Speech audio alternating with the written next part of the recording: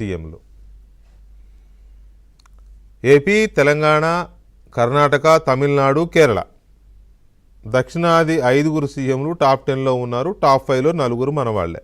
నేను ఎందుకు ఇంతగా చెప్పాల్సి వస్తోంది అని అంటే, దక్షిణాదిలోనే ఎందుకు 4 సీఎంలు టాప్ 5లో ఉన్నారు. ఒకటి, దక్షిణాదిలో రాజకీయాలు చాలా కాస్ట్లీ అఫైర్ అయిపోయినాయి. మనం ఉత్తర భారతదేశంలోని రాష్ట్రాలతో పోల్చుకుంటే అసలు ఆస్మాన్ జమీన్ డిఫరెన్స్ అంటాం. అంటే ఆ భూమికి ఆకాశానికి ఉన్నంత తేడా ఉంటుంది ఎన్నికల ఖర్చు. అక్కడ 25-30 లక్షల్లో ఒక అసెంబ్లీ ఎలక్షన్ అయిపోతుందంటే ఆశ్చర్యపోతాం కొన్ని రాష్ట్రాల్లో మనం.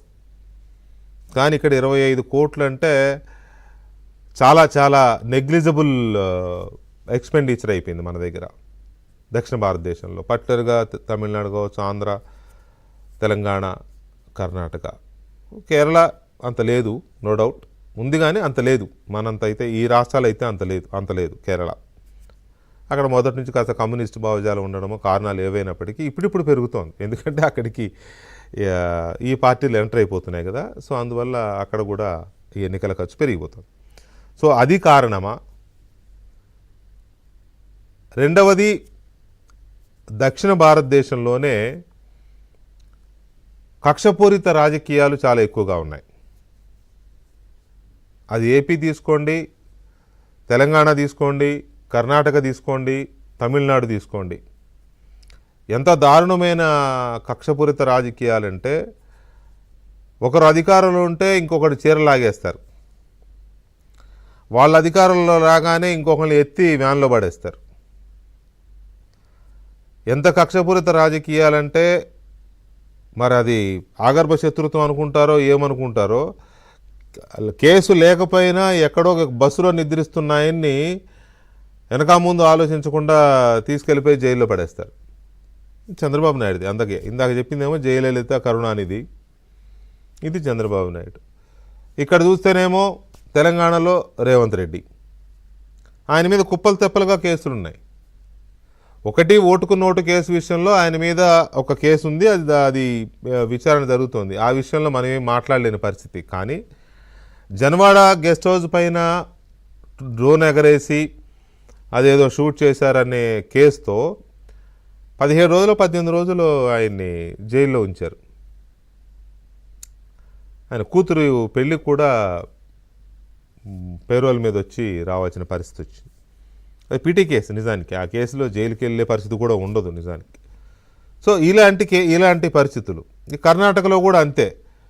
అప్పుడు సిద్ధరామయ్య మీద అలాంటి కేసులే ఉన్నాయి. అంతకుముందు బీజేపీ ముఖ్యమంత్రిగా ఉన్న ఆయన పైన అలాంటి కేసులు ఉన్నాయి. వాటిలో కొన్ని మైనింగ్ సంబంధించిన కేసులు ఉన్నాయి, కొన్ని రియల్ ఎస్టేట్కు సంబంధించిన కేసులు ఉన్నాయి.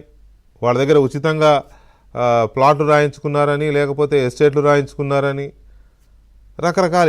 అప్పుడు యడ్యూరప్ప, ఇప్పుడు సిద్ధరామయ్య, మధ్యలో గాలి జనార్దన్ రెడ్డి వాళ్ళ బ్రదరు, ఇట్లా చాలా ఉన్నాయి, లేవని కాదు. కాకపోతే కర్ణాటకకు సంబంధించిన కేసులు మాత్రం కొంత ఎస్టాబ్లిష్ అయిన కేసులే.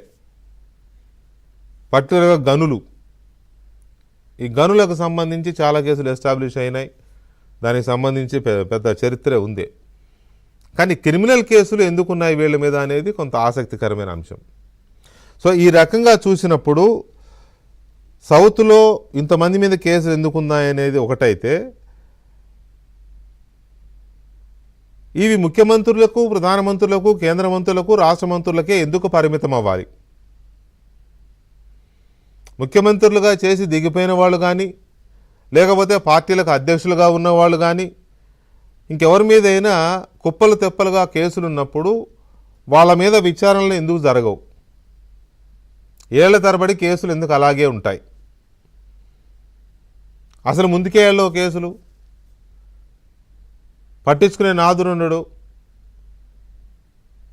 మనకి కళ్ళ ముందున్న ఎగ్జాంపుల్ జగన్మోహన్ రెడ్డి గారు కోర్టుకి వెళ్ళడు వాయిదాలకి. సిద్ధరామయ్య గారి మీద కేసు మనం వింటూనే ఉన్నాం, అయిపోయింది, ఆయనది చాలా ఎస్టాబ్లిష్ అయిపోయింది కేసు అంటారు, అది అవ్వదు. తమిళనాడులో కొంతమంది మాజీ మంత్రుల మీద చాలా ఉన్నాయి కేసులు.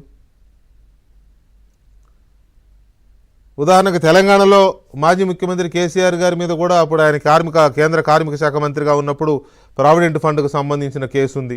10,000 కోట్ల స్కామ్ అనేది చెప్తారు దాన్ని. సో ఇటువంటివి మాజీల మీద ఎందుకు ముందుకెళ్ళవు?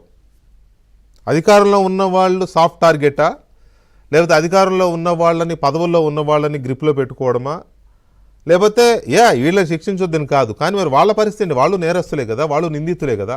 Point number 1. Point number 2. Point number 3, ఇవి మంత్రులకు మాత్రమే, ప్రధానమంత్రికి, రాష్ట్ర ముఖ్యమంత్రులకు, కేంద్ర మంత్రులకు, రాష్ట్ర మంత్రులకు మాత్రమే ఎందుకు పరిమితం అవ్వాలి?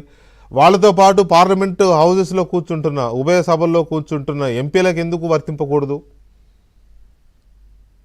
ముఖ్యమంత్రి మంత్రులతో పాటు చట్టసభల్లో కూర్చుంటున్న, అసెంబ్లీలో, శాసన మండలిలో కూర్చుంటున్న ఎమ్మెల్యేలకు ఎందుకు వర్తింప చేయకూడదు? ఎందుకు వాళ్ళ అతీతులా? వాళ్ళ మీద ఎన్ని క్రిమినల్ కేసులైనా ఉండొచ్చా? వాళ్ళ మీద ఎన్ని అవినీతి ఆరోపణలైనా ఉండొచ్చా?